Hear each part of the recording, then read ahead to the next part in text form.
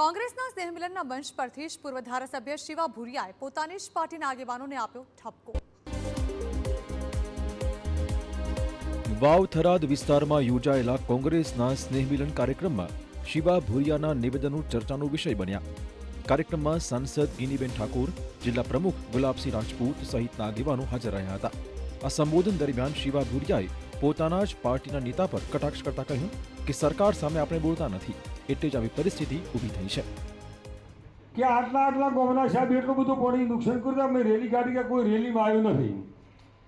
તમારે રેલીમાં આવવાથી બે આવું છે, પાછલે બહાને અમારે એમ કહેવું છે બાવડે પૈસા બાવડે ચોક મદદ કરી દો, અમે મીટિંગો બોલાવા ત્યારે તમારે શરમાવું છે ભાજપવાળાથી। આ નિવેદન બાદ કોંગ્રેસના આંતરિક મતભેદો ફરી ચર્ચાનો વિષય બની ગયા।